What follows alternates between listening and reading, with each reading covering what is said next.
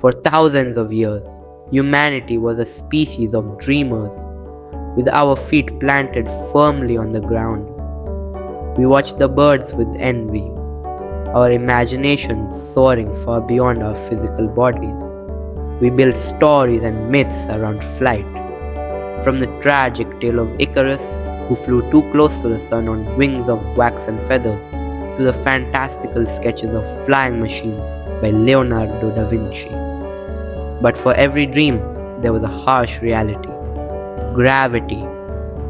It was the chain that held us to the earth, and breaking free seemed like the ultimate impossibility. This isn't a story of a single inventor with a sudden flash of genius. This is the story of a long, desperate, and brilliant relay race, where one mind's work was passed to the next, building a ladder to the sky. It's a tale of obsession, of public failures, and of quiet triumph. This is the story of how the very first plane was invented and how humanity finally, breathtakingly took flight.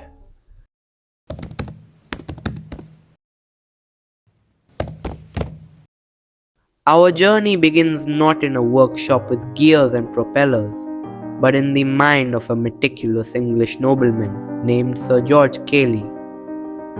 Living in the late 1700s and early 1800s, Cayley was a brilliant engineer who looked at the problem of flight and saw it not as a magical dream, but as a solvable puzzle. While his contemporaries were still fascinated by the idea of flapping wings like a bird, Cayley had a revolutionary insight: the wings should stay still. Cayley was the first person to truly separate the four key forces that govern flight: lift, the upward force that gets a plane into the air; thrust, the forward force that moves it; drag, the air resistance that slows it down; and weight, the force of gravity pulling it back to earth. This was an intellectual breakthrough that changed everything. He theorized that a fixed-wing aircraft, propelled by a separate power source, was the only viable way to fly. He was the first to design a plane that had a fuselage, fixed wings, and a tail with a rudder and elevator for control, a design that remains fundamentally unchanged in airplanes today. Cayley didn't just theorize, he built. He famously constructed a small glider that, in 1849, successfully flew with a small boy inside. It was a brief, uncontrolled flight, but it was proof he had created the blueprint for the modern airplane, a foundation upon which all future success would be built. The man who never built a successful powered plane is still rightfully considered the father of aeronautics.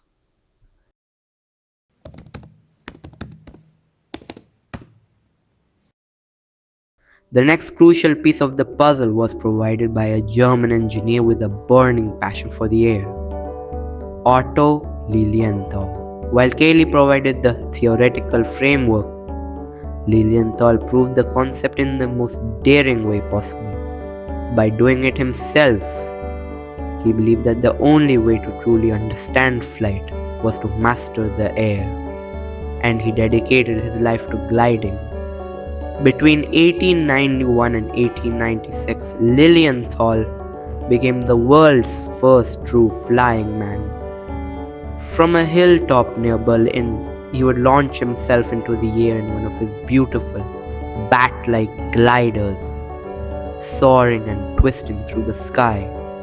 He made over 2,000 successful glides, often being photographed by a mesmerized public. Those images were crucial. They were undeniable proof that a heavier-than-air machine could fly. Lilienthal's work was the most compelling evidence that human flight was not a myth, but an achievable goal. He studied the aerodynamic properties of wings, specifically how a curved surface could generate more lift than a flat one. His book, Bird Flight as the Basis of Aviation, Lilienthal's work became a tragic inspiration when he died in a gliding accident in 1896. But his last words, "Sacrifices must be made," would echo in the ears of the men who would finally succeed.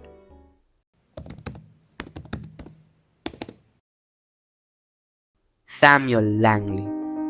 While Lilienthal was gliding in Europe, the American public's attention was fixed on a different figure, Samuel Langley, as the head of the Smithsonian Institution. Langley had the financial backing and national prestige that no other aviator had. He received a massive grant to build a working manned aircraft which he named the Aerodrome. He successfully flew unmanned, steam-powered models, and the world waited with bated breath, convinced that Langley would be the one to achieve the ultimate victory. The day came in late 1903, with reporters and government officials watching from a houseboat on the Potomac River. Langley's machine was launched into the air, but instead of soaring, it immediately broke apart, plunging into the icy water below. A second attempt a few weeks later met with the same humiliating fate. Langley's spectacular, highly publicized failure seemed to confirm the doubts of many. Human flight was an impossible dream, a fool's errand. It was a sobering end to an ambitious, well-funded project, just as two other men were about to do something no one thought possible.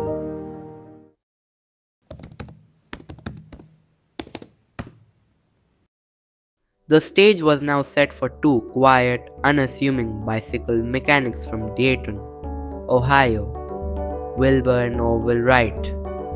The brothers were not wealthy or famous.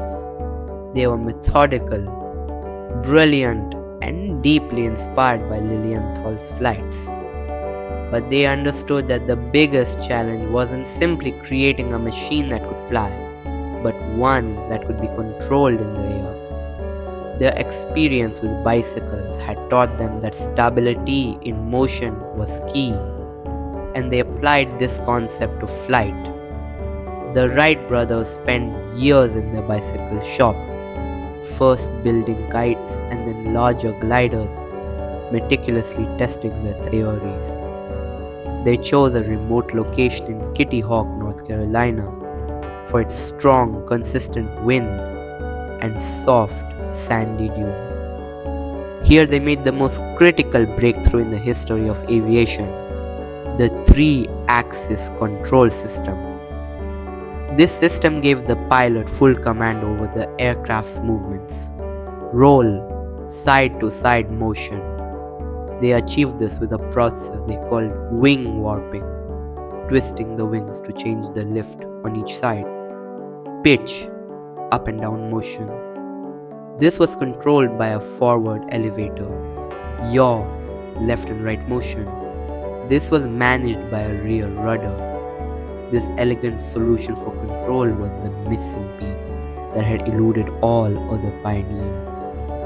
After perfecting their control system, they designed and built a lightweight gasoline engine and custom-made propellers that were more efficient than any before. On December 17, 1903, the moment of truth arrived.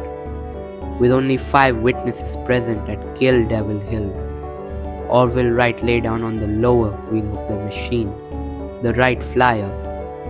The engine roared to life, and the plane lifted off the ground, flying for 12 seconds and a distance of 120 feet. It was the first sustained, controlled, and powered flight in history. Later that same day, Wilbur flew for a breathtaking 59 seconds, covering 852 feet. The Wright brothers' achievement was a quiet triumph, initially met with skepticism by a world that had witnessed so many failures. But as they continued to improve the aircraft, their work became undeniable. By 1905, they had a fully practical airplane capable of complex maneuvers. The invention of the airplane fundamentally reshaped our world. Within a few decades, it revolutionized warfare, as seen in World War I. Soon after, it began to shrink the globe through commercial air travel, making long-distance journeys possible in hours instead of months. It connected continents, enabled trade, and allowed for the rapid exchange of ideas.